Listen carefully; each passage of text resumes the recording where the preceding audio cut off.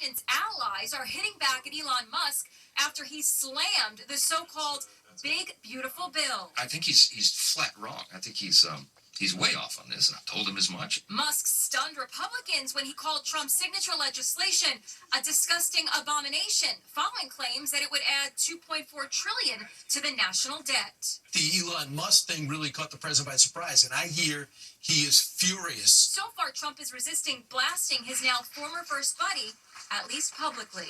Elon Musk basically could tank Donald Trump's entire legislative agenda. Trump should be afraid of him. I think he is afraid.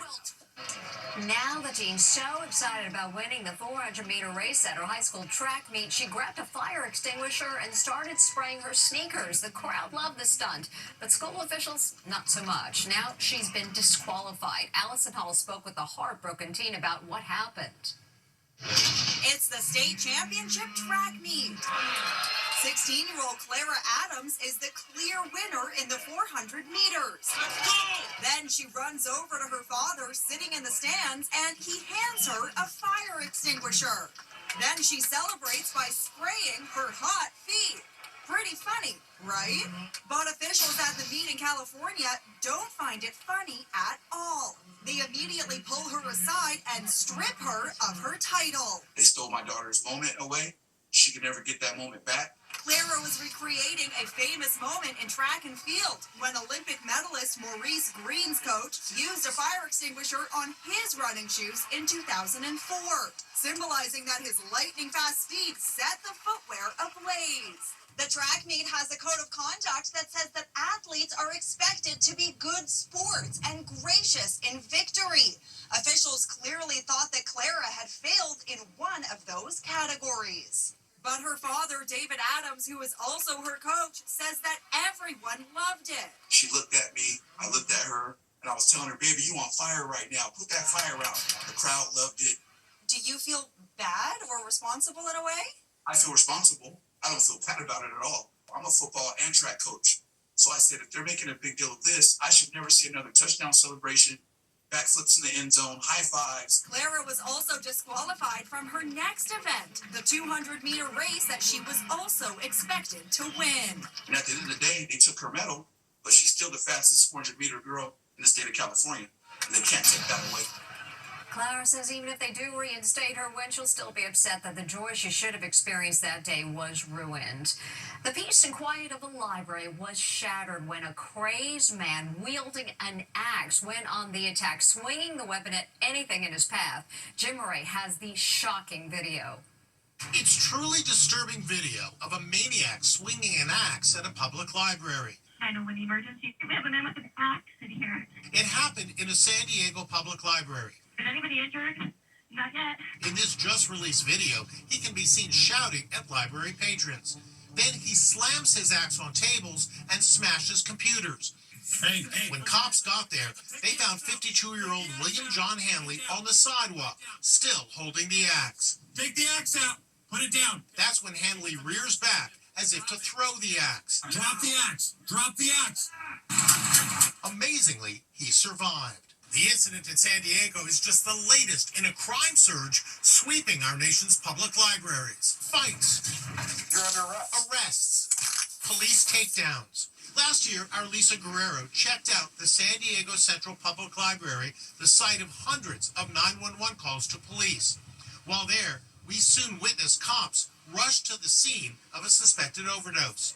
We also found lots of homeless people. Libraries find themselves at the intersection of housing instability, untreated mental illness, and rampant drug use. Kelly Clark's librarian wife, Amber, was shot to death in 2018 by a man who she had banned from entering the library due to disruptive behavior. He shot her 11 times at point-blank range. Now, this. The suspect has pleaded not guilty to assault and resisting arrest. Dramatic testimony. You've seen influencers of all ages singing a song called Pretty Little Baby. No, it's not the latest hit by Sabrina Carpenter or Taylor Swift. The tune is actually 64 years old, recorded by none other than Connie Francis, who is now a viral sensation at age 87. Pretty little baby. Out of nowhere, a long-forgotten song called Pretty Little Baby, Pretty Little Baby, is turning into a huge TikTok sensation. 63 years after its release. I'm so in love with you.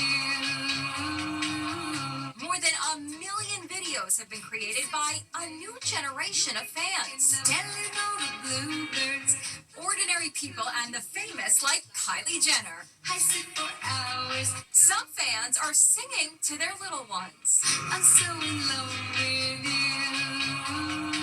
Pretty Little Baby was first recorded in 1962 by the legendary Connie Francis. Pretty Little Baby. One of the hottest pop singers of the 50s and early 60s, who shot to fame with the song Where the Boys Are. Where the boys are. Other hits followed. And get this, Connie doesn't even remember recording Pretty Little Baby. It was never released as a single. And here's something else. Connie, who is now 87 years old, had never even heard of TikTok until now. Pretty little baby. We spoke to Peter Lemongello Jr., a Connie Francis superfan and family friend, who got to sing Pretty Little Baby at her home in Boca Raton, Florida. Telling all the bluebirds. She had so many hits in her career, but that wasn't one of them. That was a song that she actually had forgot even recording. She had to hear it again to remember. So the song may have flown under the radar when it was first recorded, but it's now soaring to the top. Pretty Little Baby. Connie calls her resurgence wonderful and oh so unexpected. Back with more Inside Edition after this. Inside Edition after this. Next, castor oil, the new miracle cure? This stuff is magical. Or old wives' tale? Lots of folks swear by it. Oh my gosh, there's just so many possibilities. But does it really work? And flashback video, pregnant Meghan Markle twerking. Inside Edition will be right back. Forever. Cleopatra even used it to stay young and beautiful, but now castor oil is popular again, with videos on social media touting its health benefits, receiving more than 400 million views. But does it work? It's all the rage. Castor oil. This stuff is magical. Oh my gosh, there's just so many possibilities. It's no longer the dreaded medicine from yesteryear. Remember the children in Mary Poppins? Never give us castor oil or glue.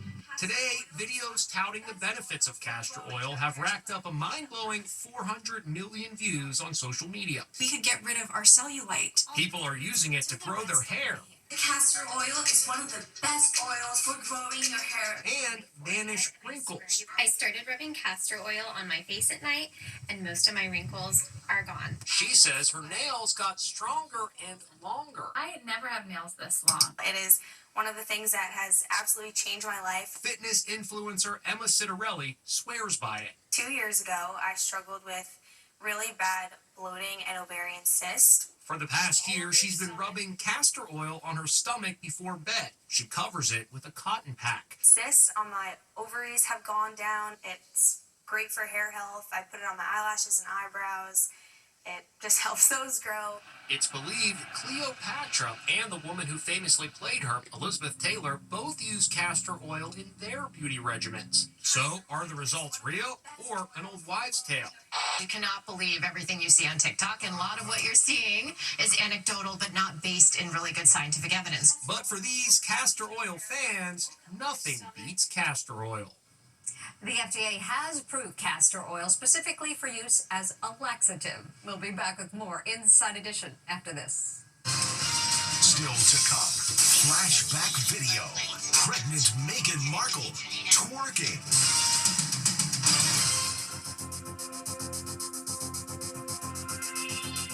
And recognize this very pregnant woman twerking in her hospital room? It's Meghan Markle from 4 years ago, letting loose with Prince Harry as she tries to induce labor. She posted the never-before-seen video today, daughter Lilibet's 4th birthday. When spicy food, all that walking, and acupuncture didn't work, there was only one thing left to do. It must have worked. Happy birthday, Lilibet. As we head into summer, it's important to remember sun can really do a number on your skin. So Allison Hall has some tips from a dermatologist.